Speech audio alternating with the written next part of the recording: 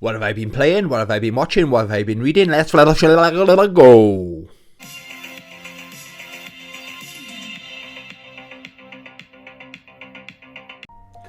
Hey YouTube, welcome to the channel, or welcome back to the channel, Bambinos. Welcome to my weekly recap, or as we like to call it around here, what have I been playing? What have I been watching?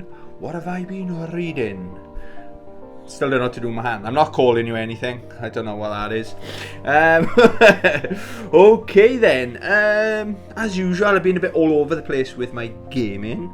Yes, let's just get into it, shall we? What have I been... I'll tell you what I haven't been playing. I stopped. I was convinced this time last week this was the time I was gonna play through this game. Tokyo Xanadu. I haven't played it. It's still installed. But looking at my history with gaming, it's unlikely I'm going to go back to this because I've started another JRPG, okay? And it's one I played before, but I don't think this is the time I'm going to get through Tokyo Xanadu, unfortunately. Any fans of Tokyo Xanadu? Let me know in the comments. Should I go back to it? Shout at me. Tell me it's the best game ever. That's what I want to hear. Or that's what I need to hear, okay? So... two of these games I've live streamed, okay, so I think I've got them in some kind of order as well. So last Sunday, so if you rewind to last Sunday evening, I was going to go back to playing Splinter Cell Blacklist on the PS3, so I'm showing my PS3 a bit of love, and then I just thought, I'm really in the mood to play Fear. And I was just about to, I was in the game, I was just about to start the game, so I'd set up, all the brightness and all that, the usual bump you had to do whenever you started a new game.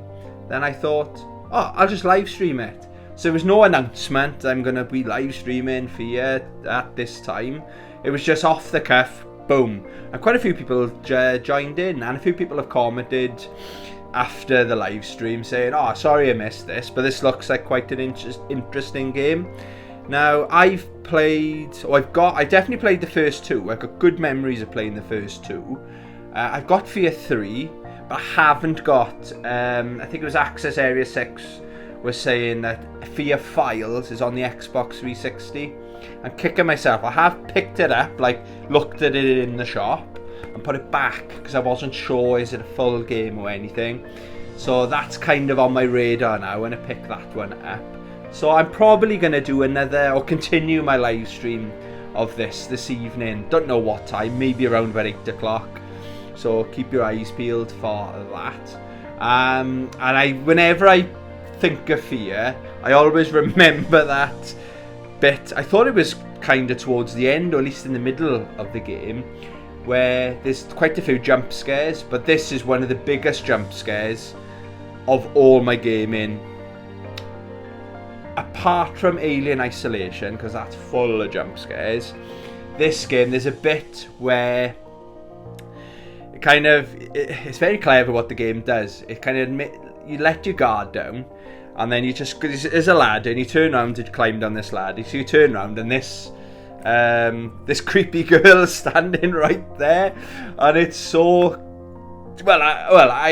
I got past that part basically, and then there's another, I couldn't remember then, there's another jump scare straight after it, so I captured that on my live stream, and oh my god, it made me jump a mile.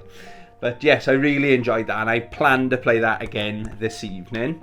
Yeah, I'm going to get through that game all on live, okay? Then Monday, so I continued with Mortal Monday. So again, I know it's not a Mortal Kombat game, but the plan is, if you didn't know, I plan to level up. I think I'm definitely going to do it with Sub-Zero. Max level, so maximum level on this game is level 30. I've only done it with the Ninja Turtles so far. And it's my second week, it was last Monday. My second week we got up to level 20. I think we started on level 13 or 14 the first week with Sub-Zero. He's really good fun. I'm having a ton of fun with this. Then we got him to level 17. And then last Monday we went from level 17, we scraped up to level 20.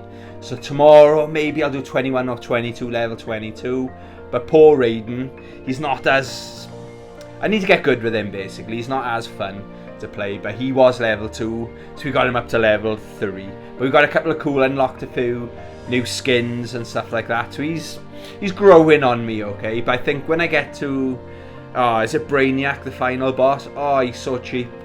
Because it's not just him you're fighting, it's the whole environment. So things come and grab you from behind and stuff like that. Yeah, I'm really struggling to beat him. That's with Sub-Zero. But I'm going to struggle with Raiden to beat him. So I'm a bit worried, can I get him up to level 30 before Mortal Kombat 1 comes out? But yeah, Sub-Zero, we're going to focus mainly on Sub-Zero. I plan to do it tomorrow as well, so stay tuned. That'll probably be around 8 o'clock-ish, half past 8 UK time, you know. Yeah, so really enjoying that. I'm resisting the urge as well to... I've been having the itch to play this all week, but no, I haven't, promise you, I haven't played it since last Monday. Shout out to Linda the Gamer Gal. She said, I think commented on last week's what I've been playing, watching, reading. She said you need to go back to Trek to Yomi, and around about the halfway through it changes, so I put another, I don't know how long, but I think I'm in the 60%, so another 10% of the story, and the zombies and stuff, I didn't see that coming, and these really like creepy, like, I don't know how to explain it, they're growing everywhere. It's got like two like spider leg fang things. It's hard, I don't know what they are, right, but they really give me the creeps.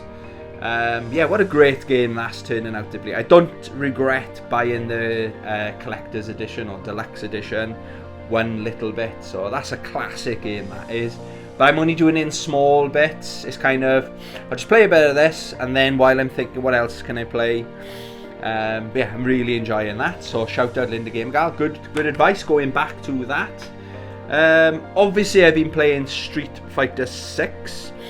Rashid has dropped, isn't he? He came out on the 24th, so that was last Monday. I didn't get to play him till the 25th, last Tuesday, because I was doing my live stream of Injustice 2, Mortal Monday. I didn't want to have a week off that on my second week of that new series that I've launched. Initial first thoughts of Rashid, he's brilliant. He's much better than he was good. He was very good in Street Fighter 5. He's one of the newer characters. He was launched in Street Fighter 5. But he's even better. He's almost broken. I think in a lot of the tournaments, I can imagine a lot of the pro players playing as Rashid. There's a lot of the moves you can spam and stuff like that. And also, the reason I haven't live streamed this yet is because everyone's live streaming it. I want to do something different on my channel. Like, whenever I go on YouTube, there's loads of people always live. There's hundreds of people live streaming Street Fighter 6. So I'm trying to do something different with my channel. Okay, I think we did when the demo came out, we live streamed it. Maybe I will live stream it, but I want to be doing something slightly different with my channel. But trust me, I am playing and loving Street Fighter 6. Okay.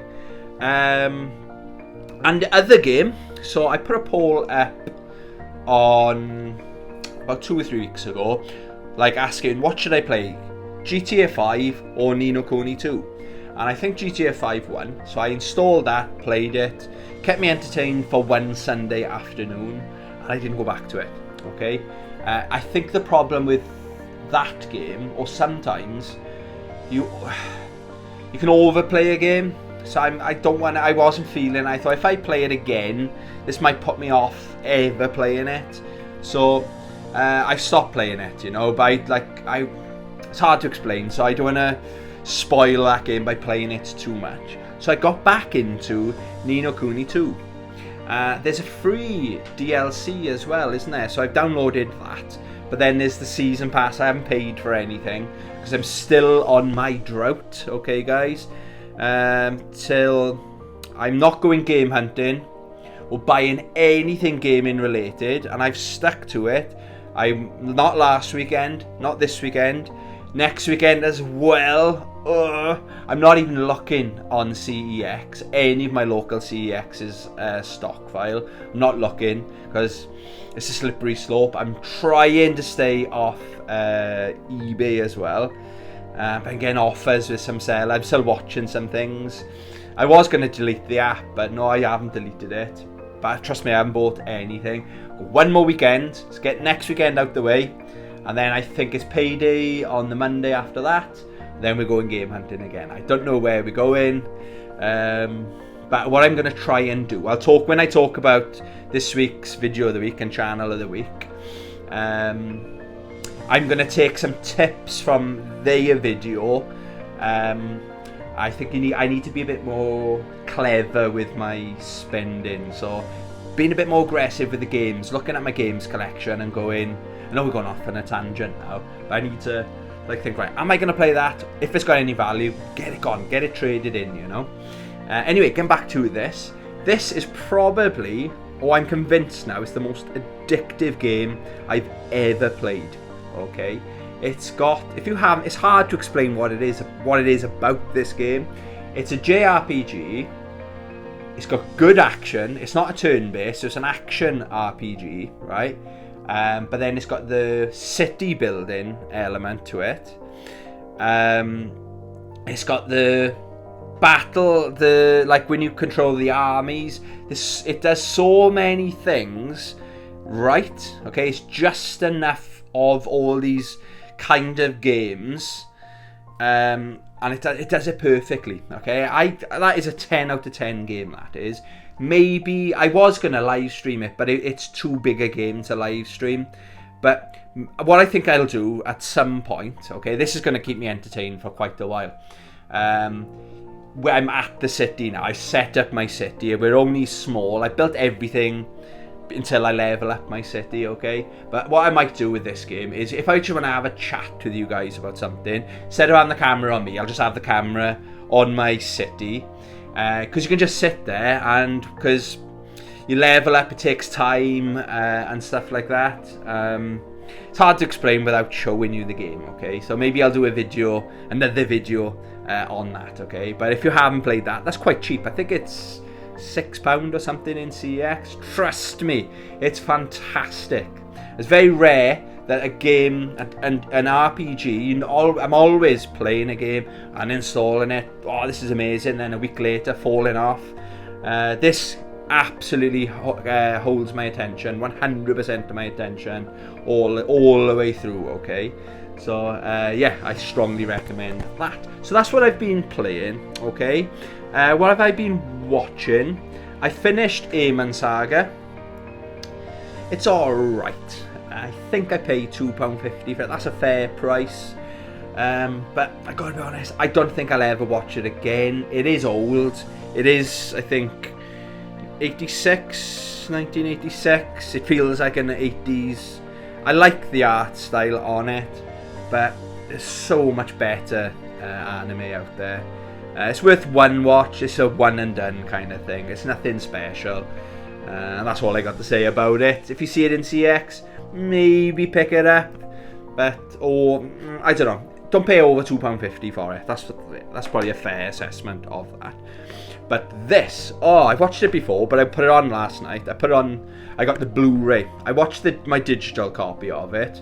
So this is Here Comes a New Challenger. I've spoke about it before, but it's the first time I sat down and watched it on my TV, and it's so good. The thing with this, right, is what I like about it. I didn't know, I couldn't put my finger on it. What's different about this documentary? I've watched YouTube documentaries about Street Fighter 2 and how important it was and stuff like that. But what's different with this? It's a very British take on Street Fighter 2 and all the Street Fighters. They talk about the movie, they talk about like the G.I. Joe action figures, all the merchandise, the board games. I think it was 2 board games that came out with it. It's got like interviews with Japanese, like the composer, and like a lot of its subtitles. Okay, it's got the American take on it, but mostly because it's a British YouTuber, or the director Oliver Harper is British. A lot of his friends are talking about it. Of course, they're saying about the arcade scene in London, in Soho and stuff like that. So I love it. It's absolutely fantastic. Visually, it's spectacular as well. And I back this on Indiegogo, okay? So my name's in the credits. Yeah, I'm famous. my name's in the credits when it finishes. But you can buy it. I think it's £30-something. A bit on the pricey side, but there's no other way to watch it, I don't think. So I would. I'm thoroughly enjoyed it. I'm so happy I've got that. That's in my collection forever and ever and ever. And boy, has he done a good job. Even from the opening credits and stuff. All the artwork, it's like, it's got all the characters in the pixelated, like, Street Fighter 2 characters. But they're going on a journey, and it's done so well, you know. There's no expense spared with that. There's nothing about it I would change. That's what I call the perfect or the definitive Street Fighter 2 documentary. Okay, so yeah, that shout out Oliver Harper as well. So that's what I was watching last night, funnily enough. Right, so I got my notes. So I think I said last week I watched 1 minute 30 of a Netflix documentary about the Redeem Team. So I think it was 2008, it was the Beijing Olympics, where the kind of like the dream team. But the problem I had was LeBron James. There's something about that guy. I don't like him. I just don't like him. You can't like everybody, can you? Like not everybody can like you. So there's something about him. But I really wanted to watch it because Kobe Bryant's in it. And so I sat down. And the good news is, LeBron James is hardly in it, okay? I reckon LeBron James probably had an agent or something that said, make me look as good as possible in it. So the only way they can make him look good is by hardly having him in it. So shout out to the director of that. It's really good. It is a good documentary. So what can I say about it? It's my favourite thing about it then. So Kobe Bryant wasn't originally picked to be in the Redeem Team. So it's like, and the other thing as well, so two things. So the difference, and they're right, the Dream Team, so rewind to the 90s, they were the best basketball team, I think, in history. Okay, they could possibly assemble. Not at the time, because that team would beat any team ever, in my opinion. Okay, so you had like Charles Barkley, Scottie Pippen, Michael Jordan, all the greats, Larry Bird, Magic Johnson. It's like, wow, what a team, right?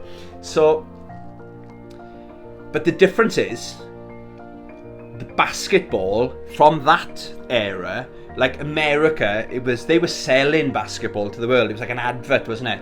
So America or the NBA rather, was so far ahead of all other basketball around the world. But then fast forward to 2008, basketball had evolved. You know what I mean? From the groundwork that the Dream Team, the foundations they put in place, they inspired a lot of people, didn't they? So basically, the Redeem Team were up against much better opponents, so I'll give them that, okay? So, but they were struggling, okay? And like when they had all these big stars, basketball stars, okay, they were still losing because they weren't a team; they were individual players, okay? So it's all about, like, the coach this new coach they appointed. He had his work cut out. He had to put in place the foundations to work them as a team. You know, you're not a star; you're a star, but you're a part of a team now. You know, you're the main man in your NBA team, but in the Dream Team, you're a piece of the puzzle, if that makes sense, okay? And they were struggling, and so they got they got Kobe Bryant was brought in, okay? And they were saying when they were on these training camps, I think they were in like Las Vegas training camp or something, and they were coming back. This reminds me of my time in Ibiza. They were coming back from their nights out, their partying and stuff like that. Shows how hard they were training. If they had the energy to go out partying, they were coming back at like 3-4 in the morning. And then they saw Kobe Bryant with his like gym gloves on, his weightlifting gloves on, his gym bag, and they were like, "What? Where have you been then?" He goes, "I just got up. I'm going training in the gym." And they're like, "Huh, okay." So he was literally had an immediate impact, positive impact on the team. The next morning, one of the other basketball players got up with him, started training. They were working out basically before their training session. So he was doing weight training and stuff like that, strength conditioning and all that.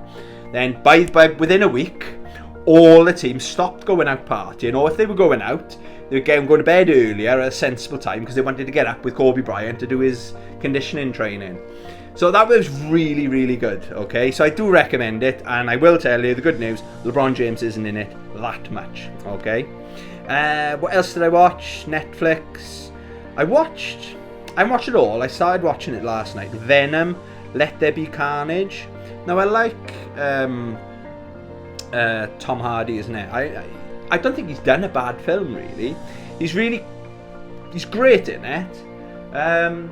But there was a comment that they made. He's arguing with Tom Hardy's character's arguing with Venom, and he makes it like he's fed up with him or something. And he says, "Oh, if you were on this planet, you couldn't even get a job cleaning a toilet or something like that." And I thought, I'm a cleaner. Do you know what I mean? Fuck you, like. Do you know what I mean? It's like, I don't know. Sorry. Yeah, so it's basically they're saying that it's a crap job. Cleaning up after people is a crap job. But someone's got to do it. I find it quite fulfilling. I don't think I'm going to be doing it much longer. I've got... Yeah, anyway, we're not going into that. But... So let's move on. We're not going into that. So at that line, basically, I was a bit disappointed in the writers of that. I haven't watched anything on Prime at all. Okay, what have I been watching on YouTube? So, this week's video of the week, or channel name, is Samantha Azeria. I think I'm pronouncing that right. And the video is pickups from Southeast Game Exchange. Okay, so I think this was only posted today or yesterday. I've only watched it this morning. And I thought, yeah, what a nice... I've subscribed to her channel. I've been subscribed for quite a while now. Very well edited content she puts out there. But I think this is going to be like a 3-parter. I'm trying to make my videos not as long, okay? I know I ramble. But it's the first time she's been to conventions like I've been, like Comic-Con and stuff like that. But this is her first just dedicated gaming one. That's on my list, either by the end of the year or my next year's goal is to go to just a gaming convention, okay? Because whenever I go to these Comic-Con and stuff, I'm just looking for the gaming stuff. It's like, well, why don't you just go to one that's dedicated to gaming? So anyone know any in the UK, what would you recommend I check out? Yeah, so she went there and she said, I've got so much to talk about, so she's going to break it down into 3 parts. So the first part was just showing her what she picked up. It's mainly Nintendo, Super Nintendo and N64 stuff she picked up. And some of it was quite pricey. I think she said she had a budget of $125 to spend. And I was thinking, and you could see the prices on them. I thought, whoa, she spent way more than that.